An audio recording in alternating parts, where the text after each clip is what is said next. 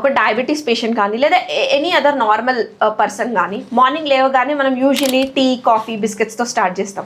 అలా కాకుండా సింపుల్గా ఒక గ్రీన్ టీ, లెమన్ టీ, లేకపోతే కొంచెం స్ప్రౌట్స్ కానీ లేదా నట్స్తో కానీ అట్లా స్టార్ట్ చేస్తే ఏంటంటే తర్వాత మనకి స్ప్రౌట్స్ వీటి వల్ల ఫైబర్ వల్ల కొంచెం కాన్స్టిపేషన్ ఇష్యూ అట్లా రాకుండా ఉంటుంది. తర్వాత బ్రేక్ఫాస్ట్లో కూడా మనం కామన్గా తీసుకునే ఇడ్లీ, దోశ, వడ ఇలాంటివి కొంచెం ఆయిలీ ఫ్రైడ్ ఫుడ్స్ అలాంటివి కొంచెం అవాయిడ్ చేసి ఇడ్లీ, దోశ, చపాతి ఇలాంటివి ఏమైనా తీసుకుంటే వాటికి ఒక ప్రోటీన్ యాడ్ చేయండి.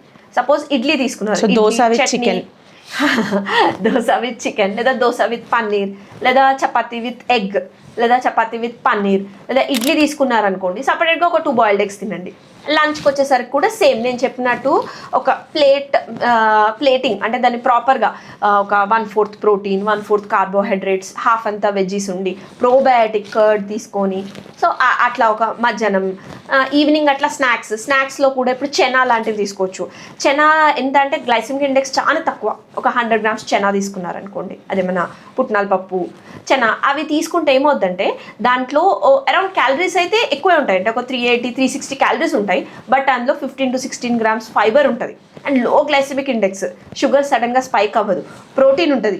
ఆల్దో అదేం కంప్లీట్ ప్రోటీన్ కాదు, బట్ స్టిల్ దాంట్లో కొంచెం ప్రోటీన్ ఉంటుంది. రాదర్ దాన్ అంటే దాని బదులు వేరే మనం తినే మిర్చి బజ్జీలు వాటితో కంపేర్ చేస్తే చాలా బెటర్.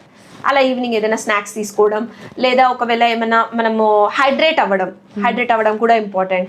అండ్ నైట్ డిన్నర్లో కూడా అంటే ప్రాపర్ ప్లేటింగ్ అరేంజ్ చేసుకోవడం, సేమ్ ప్రతి మీల్లో protein, fibre, carbohydrates, good fats తీసుకోవడం ఇంపార్టెంట్.